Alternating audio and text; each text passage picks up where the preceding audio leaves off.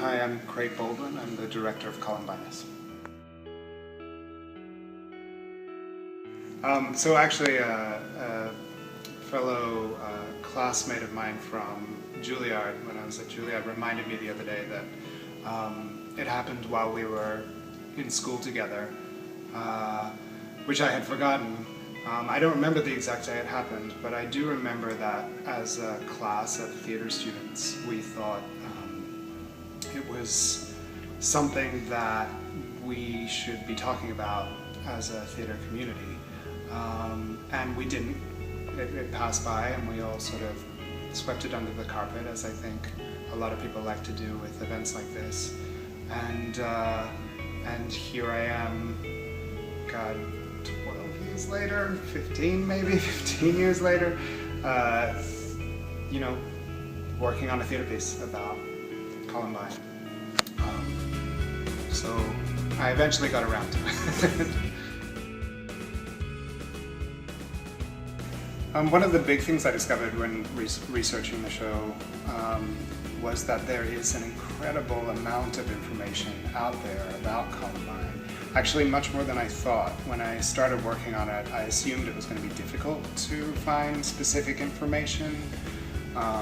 There's certainly been plenty said about it in the media, but just hard facts, there are so many of them, and I guess I just hadn't been looking before. So that really surprised me, that there is so much information and we haven't delved into it as a society. Yeah, I think the important thing about doing the show now, well, I should, I guess, put it this way. As part of the show, we are projecting the names of victims of mass shootings that have happened since Columbine. And at first I thought that would be an easy research task, and we'd pull it together and have a list of names and throw it up on stage. And the more I looked into it, the more and more names I found, and it ended up being pages and pages and hundreds of names. So this is a phenomenon that's not going away. In fact, it's a phenomenon that's growing. And it's too easy to not talk about it, or not think about it, or brush it under the carpet. But I think the only way anything's going to change is if we do talk about it as a community. And I think that's what theater can do almost better than any other medium. It's a community-based medium. We all have to be in the same room together and talk about the same thing.